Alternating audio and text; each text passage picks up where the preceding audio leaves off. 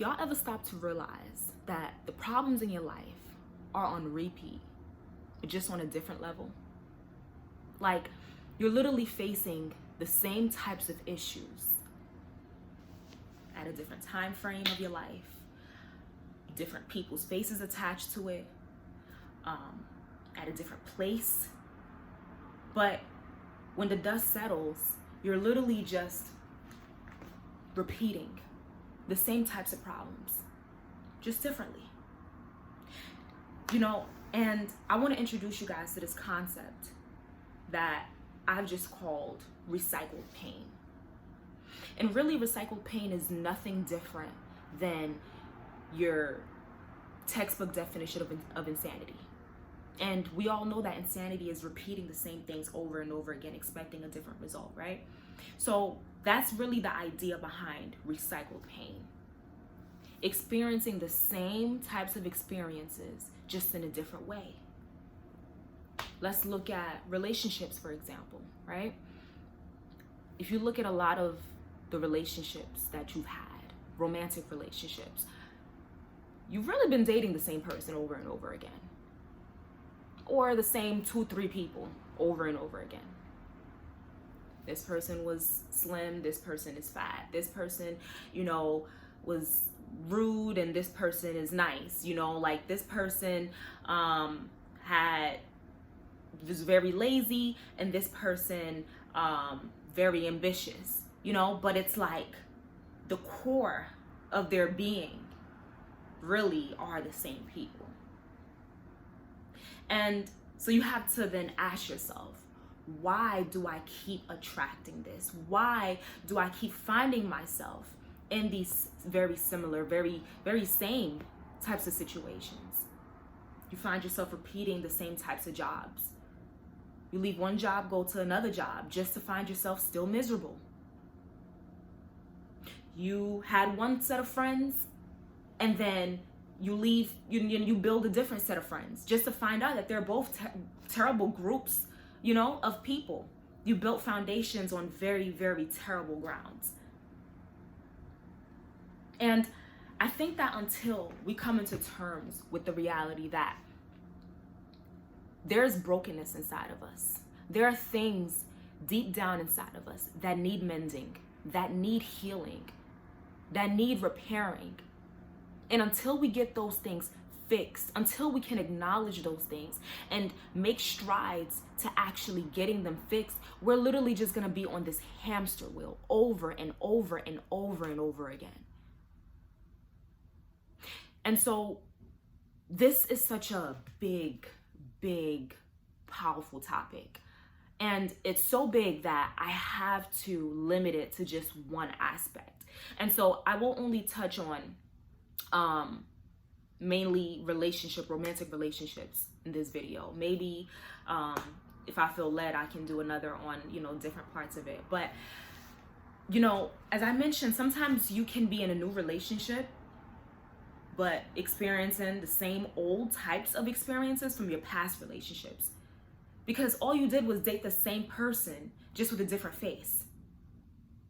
And it's like, if we're going to be comparing this new person that we're with to the old people, that's already a broken system all on its own. There are fragments all over that.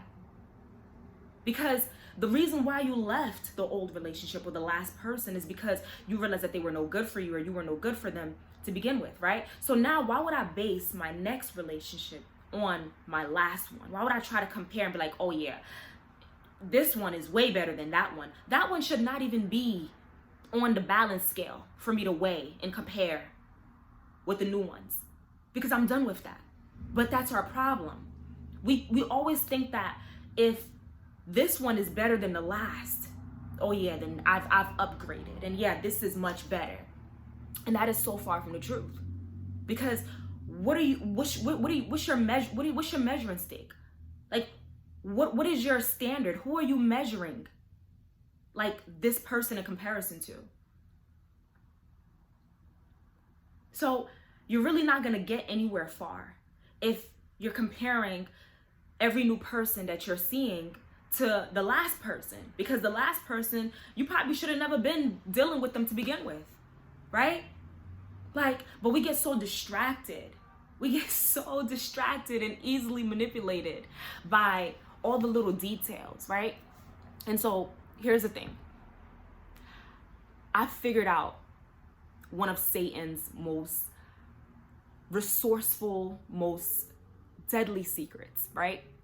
The enemy is so crafty. He is incredibly crafty, very manipulative.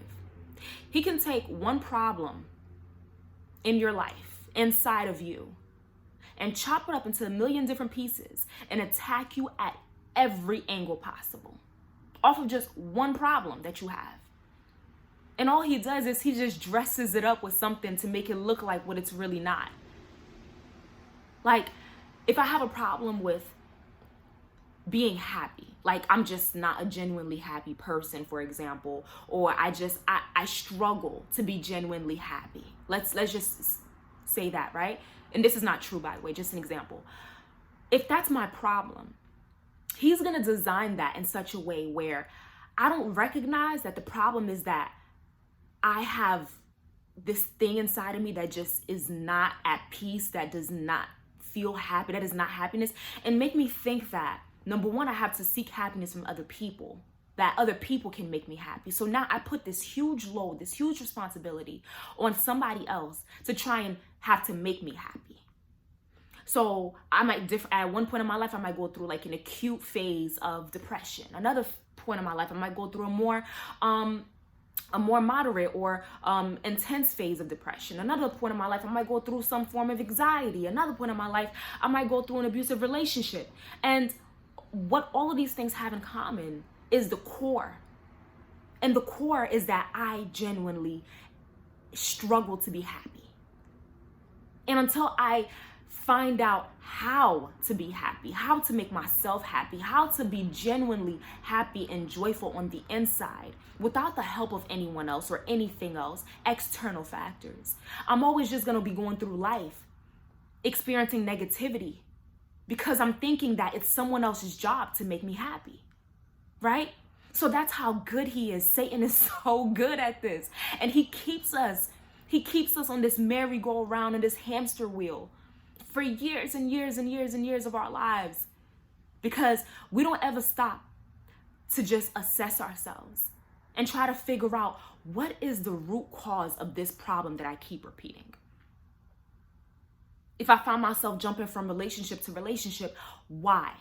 What is it in me that is so broken that I need to mend this part of me? What am I searching for? What am I missing? What am I blinded by that is taking my attention from the true root cause and just having me look at all the branches? You know, that's the best way that I could really explain it. That's the best analogy that I could use. It's like a tree that has a lot of branches, right? So if you're looking at it, you may think that, oh, my problem is over here in this branch. Oh no, the problem is this branch over here, but really it's at the root. The branches, they spring out from the tree, but those are not your real problems. You can chop off this branch and another one will just grow back. But until you attack it at the source, you will never actually be free from this virus, from this toxin, from this, whatever this is that's keeping you in bondage. And so you find yourself recycling pain. And that's what Satan is so good at. He got us so good at just recycling pain. He is so resourceful. And so if I'm dating someone and, you know, I'm like, oh yeah, anybody's better than the last person I was with. Anybody's better than him. Already that is so wrong. So wrong. Like, oh yeah, this person's different from the last person that I was with, because the last person, he didn't even give me a voice, you know, like it was all, he was very ambitious and very stern and very this, that, and the third. But this one can't even make up his own mind. This one doesn't have a mind of his own. This one, the reason why you think he's so much of an upgrade, because he's letting you speak, he's letting you have a voice in a relationship, is because he doesn't have a voice of his own. He has no plan, he has no vision, he has no aspirations. So you got the whole floor. Like the last person, you're like, oh yeah, well, he was still living at home with his parents, and blah blah blah blah. He didn't really have nothing going for himself, he was still blah blah blah. And then the next person you're with, oh yeah, he got his own car and this and the third, but he still don't know how to manage his money. Or the only reason he's living on his own, he's able to still support himself, is because he keeps borrowing from friends and family to be able to stay in that position that he's in. Or maybe he even decided to go back and live with his family. And there's nothing wrong with that. And again, these are all examples. I'm not shaming anyone. There's no shame in being where you're at, just not staying where you're at, having a vision surpass that, just to make the point, So it's just like, don't get so caught up on the little details. Those are all just distractions to make you think that, okay, this is different than the last. This person is different from the last person. This experience is different when really it's really not. It's really, really not. And so I think that until we can come into terms of the fact that, hey, I have a problem. And this problem resembles the other problems that I've had before. So how do I prevent this problem from resurfacing over and over again? But that's our problem. We just rush into things. We run into things without really even just really assessing it to the fullest, to its fullness. So you might be asking yourself, well, then how do I know how to choose the right person? If I'm going to be, like blah, blah, blah, blah. You just really have to take your time. That's the best advice that I could give. You're not going to know everything there is to know about a person on the first, second, third date, even within 6 months of knowing the person sometimes. Sometimes you're able to see certain things early on, and other times it takes time for the person's character to be revealed, for you to really even grasp whatever is right in front of you. And so the best gift that you can give yourself is to take your time. You're in this new relationship or you're seeing someone new, just take your time. Give yourself space to be able to think, to be able to grow, to be able to really analyze. And it's not going into it with this mindset of, oh yeah, I'm looking for a problem. Oh, I'm looking for the cracks in this person. Because ain't nobody perfect and neither are you. But I'm just saying, give yourself room to be able to see things for what they are. When we're so easily to just rush into things and we just throw ourselves into different things and, we don't properly process things, that's how we find ourselves on this hamster wheel, repeating the same things over and over and over again. It's not safe. It's not healthy. It's not taking us anywhere. So just ask yourself, where in my life do I seem stuck? Do I seem like I'm on repeat with this same problem? And it's going to take some time. It's not as easy as, oh yeah, well, there's this and there's that. Because if like sometimes you really might just be looking at all the details and the distractions. Just like, wow, okay, this job that I'm at right now, I thought that it was better than my last, and in some ways it is, but I'm still miserable here. Why do I keep thinking that this is where I gotta be and I gotta limit myself to only these types of jobs? So the problem isn't necessarily the job. It's this thing inside of me that keeps going towards these types of jobs. I was miserable at the last one. So why would I then throw myself at another miserable type of job? That's not very different from the last one that I did. The job description might be different, but the standard of it isn't. So I need to ask myself, okay, is it because I think that this is all that I'm good at? This is all that I'm capable of? Is it because, why do I keep going to this? Why do I only apply to these types of places? Why do I keep finding myself with these types of men or these types of women? Why do I keep finding myself around these types of friends? Like, these are the types of questions we need to ask ourselves. And when the answer comes too easy, like, oh yeah, it's because of this, or because these people, because them, because the job, because that, or whatever. Like, no, there's something inside of me that needs mending. I need to recognize what it is, and then I need to take steps towards actually cutting it at its root, so it doesn't have any more room to grow. Like, you change friends, but you still find that these friends are still like terrible. So we just need to stop. What is it inside of me that keeps like attracting, or that keeps allowing these types of people to, you know, to be in my circle? You know, like, what is it about me? And it doesn't mean that, this is not to shame you. This isn't for you to go into a form of like, oh my gosh, I'm horrible, or I'm this. And like, no, that's not what this is. This is for you to be able to dissect like the brokenness inside of you. And just pull that out. And just say, you know what? I found this. I found the poison inside of me. I found the toxin. And I'm ripping it out. So it can no longer keep me in bondage. That's what that is. This is not to have a pity party and to start hating yourself and to start condemning yourself. This is just for you to be able to get a clear picture at what's been holding you back and be like, you know what? I got it. And it stops here. So I really hope that, you know, I went in depth enough for you guys.